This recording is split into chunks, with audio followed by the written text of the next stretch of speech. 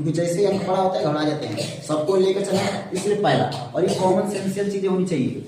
Examiner कभी कभी क्या करता है, यहाँ पे बड़ा अंक दे देगा, यहाँ पे छोटा दे देगा, तो बच्चा इससे भागा देना होता है। इसमें ये नियम पता होना चाहिए कि हमेशा भागा छोटा सी देते हैं बड़ा अंक। और जैसा कि तीसरा सवाल में है भी, पहले बड़ा अंक दे दिया है और बाद में क्या दिया है, छोटा। ये सारी चीज आपको पहले से पता होनी चाहिए, यानी किससे भागा देंगे। और कुछ लोग क्या किए हैं, यहाँ फॉर्मूला लिखे हैं, यहाँ भगवा दिए हैं। भैया जैसे बता रहा हूँ वैसे करिए, फिर अपना मन नहीं तो फिर क्या जरूरत है टीचर को। लड़की सब कहते हैं यहाँ भागा दी है, लड़का सब तो अपना दूसरे पे से भागा दिया है। बाहर स्टेप्स पहले किससे भागा देंगे, 135 से, किसमें, 225 में। भागा आपको खुद देना सीखना पड़ेगा। खुद ये भागा थोड़ा मार पड़ा है भैया, आप 9 में आ गए हैं, बचपन वाले भागा नहीं पड़े, तो ये आपको पता होना चाहिए। एक बार में तो 135 होगा। अब 2 बार में क्या होगा, तो भैया दुगुना कर लीजिए। दुगुना करना कोई बड़ी बात है, 35 का दुगुना 70 होता है, 1 का दुगुना 2 यानी 270। तो 270 तो बेसी है। अगर आपको ये भी नहीं पता है तो फिर गुना करके चेक करिए, कई बार में जाएगा, एक बार में। 270 बेसी है ना, 135। अब समस्या क्या है समस्या है घटाना, ठीक है ना। तब जब इधर अंक बचता है मतलब तो इधर 0 लिखते हैं, काटते नहीं हैं, वही बात है। यदि 5 में से 5 यहाँ क्या लिखेंगे, 0। अब समस्या क्या, 2 में से 3 घटेगा, नहीं घटेगा, तो अगली संख्या से हासिल मांगा जाता है। एक बार बच्चन को हम पढ़ा रहे थे, छोटा बच्चा हमारा पूछा था कि हासिल 10 क्यों मांगते हैं। लाइफ में भी हमें पहला बार ऐसा हुआ था, कोई बच्चा पूछा था, तो उसको हम बोले थे, समझाए थे कि इसीलिए आता है, तो उसको फिर समझ में नहीं आया कि क्या होता है, तो वो आगे की बात है। तो आपको पता होनी चाहिए इकाई दहाई के। ये जो इकाई है, जैसे मान लीजिए यहाँ इकाई है, तो 2 में से 3 नहीं घट सकता है, बहुत अंदर की बात है, छोटी बात है, इस सिलेबस में नहीं है एग्जाम में, लेकिन जरूरी चीज है। 2 में से 3 नहीं घटेगा, तो आप यहाँ से हासिल कितना मांगते हैं, 10। ये कहाँ से 10 ना, तो 10 क्यों मांगते हैं, यही क्वेश्चन पूछा गया था हमसे, छोटा लड़की थी, 10 कहाँ से मांगते हैं, 10 कैसे दे देगा। तो समझते हैं कि अगर इसको हम इकाई मानते हैं, क्या हो गया, दहाई, और दहाई का मतलब तो 2 गुणे 10 में यानी 20 में हो जाएगा, तो इसमें फिर हासिल आपको देगा इसलिए 10 देता है। तो अगर 10 देगा तो फिर 12 हो जाएगा, और 12 में 3 घटाएंगे तो फिर कितना हो जाएगा, 9। अब याद करिए 20 था लेकिन 10 दे दिया, तो अपने अनुसार तो 10 से बचा। 10 का मतलब अगर इकाई फिर समझेंगे तो 1 बचा, और 1 में से फिर क्या हो गया, कट गया। आप काट भी सकते हैं, कोई दिक्कत नहीं। एक स्टेप हो गया, एक स्टेप हो गया ना। पहले उस स्टेप को हम यहाँ लिखेंगे, अब लिखेंगे कैसे, तो आपको पहले सारी चीज लिखनी पड़ेगी। यूक्लिड विभाजन, जो लोग नहीं लिखे उसका भी गलती है, एग्जामर काटना वाला बात मत करिए। विभाजन प्रमेयिका या एल्गोरिथम, प्रमेयिका से यही नहीं हो, यूक्लिड विभाजन प्रमेयिका से पहले आपको लिखना है। हम दोनों बताए थे, अब हम इंग्लिश वाला ही लिख रहे हैं, हिंदी वाला अपना याद रखिएगा। क्या बताए थे, ए बराबर बी और क्यू प्लस आर। काजल इसको भी ये लिखी थी क्यू को, सही बात है कि नहीं। तो छोटे छोटे स्टेप सुधारे जाता है। अब बताइए, ए का मतलब जिसमें भागा देते हैं, सब लोग बोर्ड पर देखें तब कितने, किससे भागा दे रहे हैं, किसमें दे रहे हैं, 225 में। किससे दे रहे हैं, 135 से। कितने बार में गया है, 1 बार में। और शेष आर का मतलब रिमाइंडर शेष कितना, और फिर वही का। अब क्या करेंगे, अगला बार फिर भागा देंगे। अब अलग से देना है, 90 में भागा देंगे, किससे, 90 से 135 में। तो 9 दूना के 180 तो बेसी होता है, इसका मतलब 2 बार में नहीं जाएगा, कई बार में जाएगा, तो वही बार में कितना, 90। अब टीचर भागा आपको सिखा, इससे भी कोई नीचे इस तरफ समझ रहे हैं तो फिर क्या ही करे, भागा भी तो सिखाना है भैया। अब काम हम कर सकते हैं, 5 में से 0 तो 5 ही बचेगा, फिर वही बात, 3 में से 9 नहीं घटेगा, हासिल में आएगा 13 में से 9 घटेगा, डायरेक्टली 13 दिख भी रहा है, तो कितना बचेगा आपका, 4। इसका मतलब ये तो एक वाला खत्म हो गया, और 45 बचा। पहले फिर क्या करेंगे, इसको लिख लेंगे। ये हम बता रहे हैं तो समय लग रहा है, आप जब बनाइएगा तो समय नहीं लगेगा। इसका मतलब किसमें भागा दिए हैं, यहाँ लिखेंगे वे संख्या जिसमें भागा दिया जा रहा है। तो यहाँ 225 में दिए थे, यहाँ किसमें दे रहे हैं, 135 में, बराबर किससे दे रहे हैं, 90 से। वहां 135 से दिए थे, अब वहां 1 बार में गया था, यहाँ भी कितने बार में गया था, हमेशा 1 नहीं लिखना है, उस सवाल के अनुसार लिखना है कितने बार में। वहां शेष 90 आया था, यहाँ कितना आया, फिर वही काम करेंगे। कौन सा काम, पहले भागा देंगे, और भागा किसमें देंगे, तब तक दीजिए जब तक कट न जाए, 45 में। अगला विषय कौन सा है, 90। तो 45 के 45 और 45 गुना के 90, आसानी से चला गया 2 बार में। इसका मतलब अगर 2 बार में चल गया तो फिर क्या करेंगे, कट गया। फिर इसको लिख देंगे, किसमें दिए हैं, 90 में। किससे दिए हैं, 45 से। कई बार में, 2 बार। शेष कितना, 0। यही वाला हमारा आंसर होता है जब शेष 0 है, यानी इसलिए एलसीएम बराबर नहीं बन जाएगा। कोई दिक्कत, उतारिए, जिनको उतारना जल्दी। दूसरा सवाल तो हम लोग ऑलरेडी बना चुके थे। बोलिए क्या है? 867 और 250। देखिए दे दिया एग्जाम ना उल्टा, पहले बड़ा सवाल दे दिया फिर अंक छोटा दे दिया। हमारा नियम वही है, पहले हम छोटा से हमेशा बड़ा में रहेंगे। छोटा कौन है? 250। जस्ट बगल में आपको देंगे। आप जब एग्जाम दे आपके दिमाग में वहाँ छोटा कॉपी दे, एग्जाम में आपको पता कॉपी कैसा मिलता है? कॉपी है, आप इसको ऐसे लिखते हैं, लेकिन एग्जाम में आपको ऐसे कॉपी मिलेगा और ऐसे लिखने वाला मिलेगा। तो तमाम इधर जगह है, कौन फेर में पड़े हुए। एग्जाम की जो बोर्ड की कॉपी देने जाइएगा इस लेवल पे मिलेगी। कॉपी इससे ज्यादा लंबा रहेगी, लेकिन जो आप ऐसे लिखते हैं वो इतनी साइज में रहती नहीं रहेगी, ऐसे रहेगी आपको चौड़ाई में।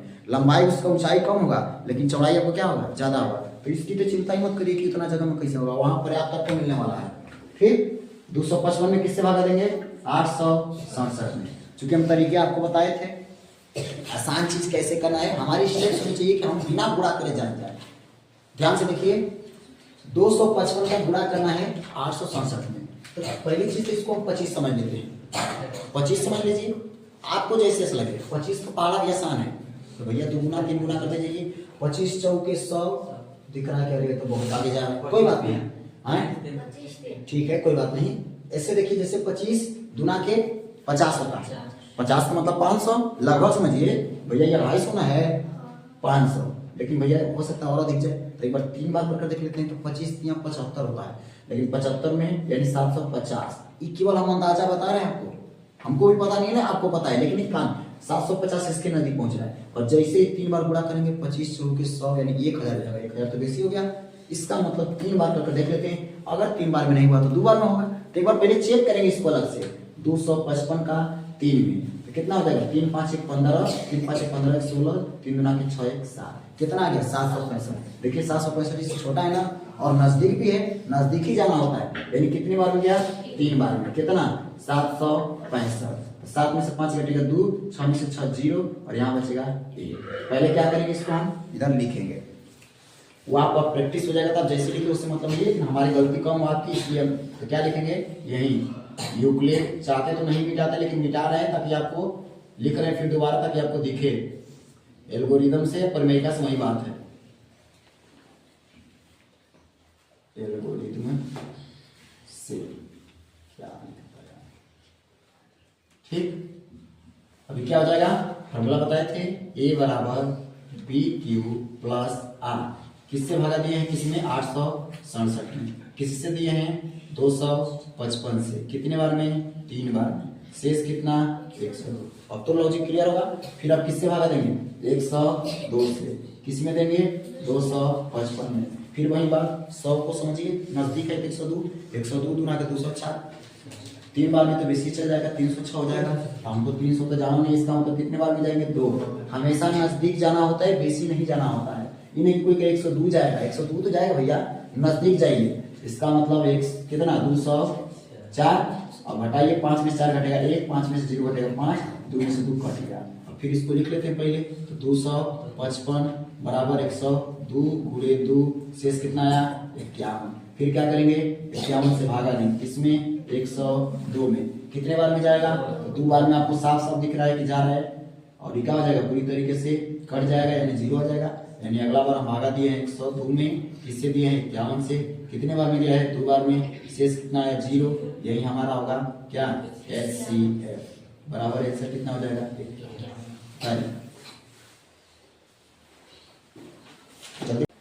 विभाजन प्रमेयिका से। अब कोई इस इसमें तो बोला ही नहीं है, काहे लिख रहे हैं, क्या जरूरत है? अगर आप ध्यान से देखिएगा तो बोला गया है, सवाल में बोला है यूक्लिड विभाजन प्रमेयिका से। नीचे बोला है? नहीं बोला है ना। चलिए कोई बात नहीं, इधर आइए। नहीं बोला है, लेकिन आप ध्यान से देखिए। 6q plus 1, 6q plus 3, 6q plus 5, ये आपको दिख नहीं रहा है? bq plus r, bq plus r, bq plus r। वो ऑलरेडी चीज है, इसलिए हम इसका यूज करें। तो अगर आप जो जानते हैं, ध्यान से सुनिए, तो क्या हो जाएगा? a बराबर, बहुत ध्यान से, bq plus r, bq plus r। अब सुनिए, हमें एक चीज तो पता चल रहा है, सारे जगह चीजें अलग अलग हैं, लेकिन एक चीज हमको कॉमन दिख रहा है, वो कॉमन क्या दिख रहा होगा? 6। भैया क्यू से तो हमें कोई मतलब नहीं है, लेकिन जहां बी है वहां हमको क्या दिख रहा है? 6। तो क्या हम 6 रख सकते हैं? भैया वो यहाँ अलग अलग है, यहाँ क्यू क्यू दिया है तो क्यू के यहाँ भी क्यू है, यहाँ आर की जगह दूसरा दिया, तो जहां बी भी 6 दिया वहां 6 रख सकते हैं कि नहीं? रखेंगे। यानी ए बराबर हम ऐसे भी लिख सकते हैं 6Q प्लस आर, और इसको हम बनाएंगे समीकरण नंबर 1, समीकरण नंबर 1। और यहां से सबसे बड़ा आपको स्टेप्स मिलेगा, और वो स्टेप्स क्या है? 0 ग्रेटर देन, बराबर को बोलते हैं, ठीक है ना? किससे? आपको रिमाइंडर कर देना, रिमाइंडर और ग्रेटर इक्वल होगा आपका, ग्रेटर क्या होगा? इसका मीनिंग समझ लीजिए, सारा कुछ हो जाएगा। आर का मतलब शेषफल है, शेषफल 0 भी हो सकता है, नीचे वाला जो चिन्ह होता है बराबर को दिखाता है, शेषफल 0 भी हो सकता है, और 0 से जिधर मुंह रहता है आपको पता होगा वो बड़ा होता है, तो 0 से बड़ा भी होगा, लेकिन कहां तक बड़ा होगा? जो बी का मान है उससे छोटा ही होगा। तो अगर बी का मान यहाँ कितना है? 6, तो आर के मान क्या हो सकते हैं? 0 1 2 3 4 5। क्या इस मीनिंग का लाइन का समझ में आया? मीनिंग समीकरण का इसका मतलब क्या होगा? सबको समझ में आ गया ना?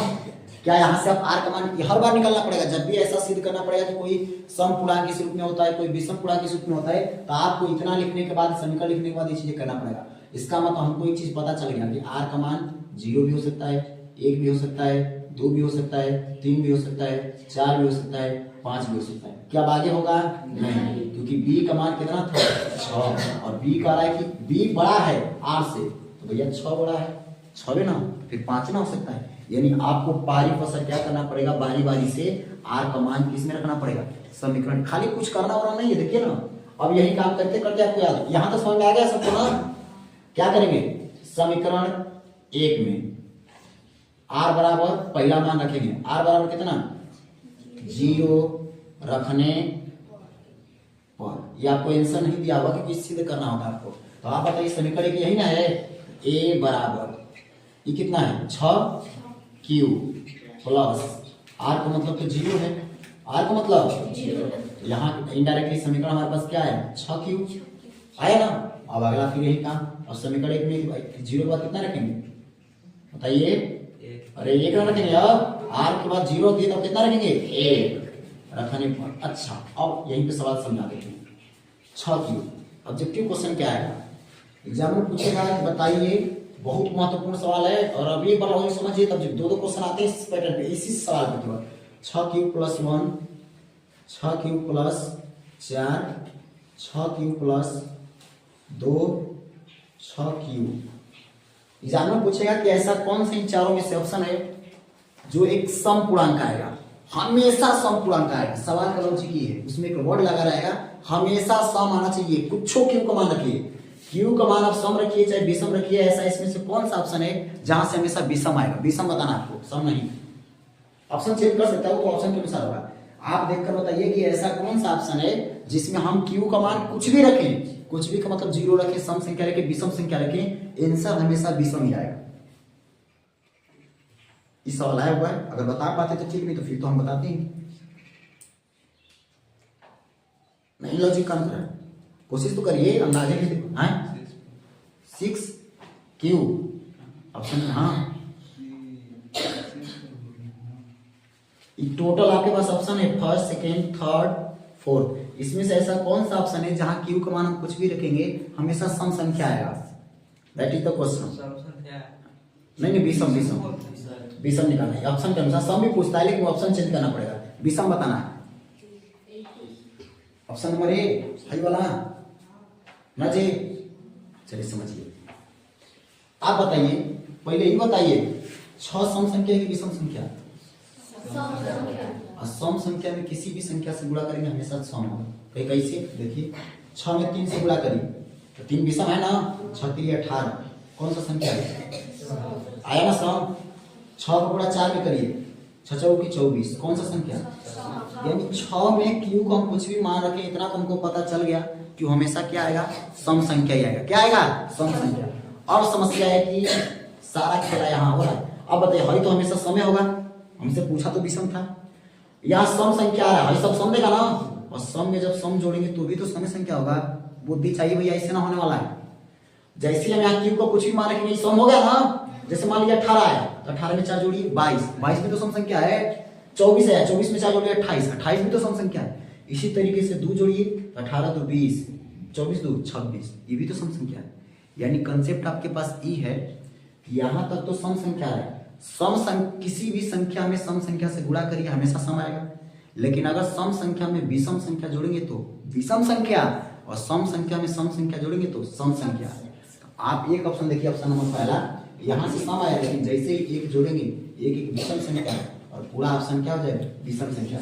यानी क्यू का आप कुछ ही मान रख लीजिए, यह जो ऑप्शन है हमेशा क्या देगा, विषम संख्या। क्या बात है, समझ में आ गई? एग्जाम में कल आपसे ही पूछेगा, ऐसा कौन सा ऑप्शन है जहां से हमेशा सम संख्या आएगा। ध्यान से सुनिए, ऐसा कौन सा ऑप्शन है जहां से हमेशा, उस बार विषम पूछे थे, इस बार सम पूछ दे, इसको यहीं पर खत्म करिए, आगे छोड़ना ही नहीं है। ऐसा कौन सा ऑप्शन है जहां से हमेशा सम संख्या आएगा। ऑप्शन नंबर, अच्छा ये वाला 3q + 5, 3q + 2, अच्छा देखिए सारा खेल हो जाएगा आपका। आपसे एग्जाम में क्या पूछा है, सम। और कोई बोल लीजिए, देखिए अब सारा खेला यहां होगा कि यहां से क्या आ रहा है। तो भैया क्यू का मान, बहुत ध्यान सुनिए, क्यू का मान आप 3 रखिए तो तितिरी के 9, विषम संख्या। लेकिन जैसे ही 4 रखेंगे, 4 के 12, तो सम संख्या बन गया। सम विषम दोनों बन जा रहा है। यानी एग्जाम्पल फिर 3 वाला पे आपसे सवाल है नहीं बनाएगा भैया। सवाल वहां बनेगा ना जहां एक कौन ऑप्शन है। यहाँ खाली सम आ रहा था 6 वाला से, लेकिन यहाँ एक सम एगो विषम, तो ये तो गलत बात ना हो गया। इसका मतलब एग्जाम में सवाल नहीं बनेगा। यानी एग्जाम में हो सकता है कुछ और बना, जैसे यहाँ 6 बनाया, तो एग्जामिनर आपको दिमाग में लगा लेना है कि एक ही चीज पूछ सकता है, वो क्या, यहाँ सम संख्या हमेशा आपको बना कर देगा और आपसे पूछेगा, तो निकल सकता है वो ऑप्शन। जब आएगा तो देखिएगा, हम लोग अभी सवाल पे आते हैं, सवाल से ज्यादा दूर हटेंगे दिक्कत हो जाएगा। आइए अब सवाल में, तो अब आप ये बताइए, इसको लिखना पड़ेगा, इस सम संख्या है कि विषम पूर्णांक है। 6 की जो हमारा आंसर है वो सम पूर्णांक है कि विषम पूर्णांक, सम पूर्णांक। यहाँ बगल में लिखना पड़ेगा, यह एक सम पूर्णांक है। इसलिए हम इतना देर तक आपको बता रहे थे ताकि आप समझिए। अब बताइए, अगला एक रखिए, एक रखेंगे, एक बराबर ए बराबर क्या हो जाएगा, 6q + 1। अब बताइए कौन सा पूर्णांक है, सम पूर्णांक की विषम पूर्णांक, विषम पूर्णांक। अभी तो छाटे हैं, इसका मतलब आपको निकालना, लिखना पड़ेगा, यह एक क्या है, विषम। केवल विषम बोला है कि धन पूर्णांक भी बोलना है। देखिए तो सवाल में विषम धन पूर्णांक निकला हुआ है, तो धन भी है ना, मतलब धनात्मक, हाँ ठीक है, देख लेते हैं उसको, बस लिखना है और कुछ नहीं। धनात्मक विषम पूर्णांक, ई वाला क्या था, यह धनात्मक सम पूर्णांक है ना, लिख लीजिएगा अपना, धनात्मक सम पूर्णांक। और यह क्या हो जाएगा, धनात्मक विषम पूर्णांक। कोई दिक्कत, विषम पूर्णांक जितना स्टेप्स आएगा हमको वही पूर्णांक। अगला बताइए, अब समीकरण एक में फिर मान रखें, टोटल मान जो दिया रखना पड़ेगा। एक में r बराबर इसमें कितना रखेंगे, 2, और एक रखा गया 0 कहेगा, 2 रखिए, a बराबर 6q + 2। बताइए सम पूर्णांक की विषम पूर्णांक, यहाँ तो सम था, सम जोड़ेंगे तो सम ना होगा। यह एक धनात्मक क्या हो जाएगा, सम पूर्णांक। कोई दिक्कत, चलिए अब फिर वही काम क्या करेंगे, समीकरण उत्पत्ति के सवाल को ये हो, खाली मानने तो रखते जाना है और आपको डिसाइड कर लेना है। और अगर यहाँ सम में विषम जोड़ेंगे तो विषम होगा, सम जोड़ेंगे तो सम होगा। तो समीकरण 1 में r बराबर इस पर कितना रखेंगे, 3 रखने, तो बताइए a बराबर कितना हो जाएगा, 6q, लेकिन इस पर कितना हो जाएगा, 3। और आपको फिर यही बताइए, सम है कि विषम है, यह एक धनात्मक विषम पूर्णांक है,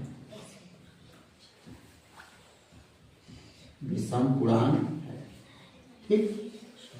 अगला अब कितना रखेंगे, 4। समीकरण 1 में r बराबर कितना रखने पर, 4 रखने पर, अब बताइए a बराबर 6q + 4, ये कौन सा पूर्णांक हो गया, सम पूर्णांक। यह एक धनात्मक की सारी चीजें दिया है तो ये आपको लिखना पड़ेगा, ध्यान रखिए बाबू लोग। विषम पूर्णांक डरे धनात्मक सम पूर्णांक। और एक भी स्टेप तो और बचा है हमारा 5 वाला। इसका मतलब समीकरण 1 में r बराबर कितना रखने पे 5 रखने पर तो क्या हो जाएगा, a बराबर 6q प्लस कितना 5 और यह क्या हो जाएगा धनात्मक विषम पूर्णांक ना, धनात्मक विषम पूर्णांक। अब सुनिए ध्यान से, अब तो कुछ नहीं करना। अब एग्जामिनर ने आपसे पूछा है कि सिद्ध करिए कि कोई धनात्मक विषम पूर्णांक विषम 6q plus 1 6q plus 3 6q plus 5 के रूप में होता है, नहीं है। अगर एक विषम होता था, सिद्ध करिए कि कोई धनात्मक पूर्णांक धनात्मक सम पूर्णांक 6q प्लस 2 6q प्लस 4 के रूप का होता है, ये भी सवाल बनेगा कि नहीं ना होगा। यानी हमसे अगर केवल विषम पूछा है तो हम अंतिम में खाली विषम वाला को एक साथ लिख देंगे, और अगर सम पूछा होता तो एक साथ सम वाला लिख देंगे। अब आपको अंत में लिखना पड़ेगा। इसलिए कोई भी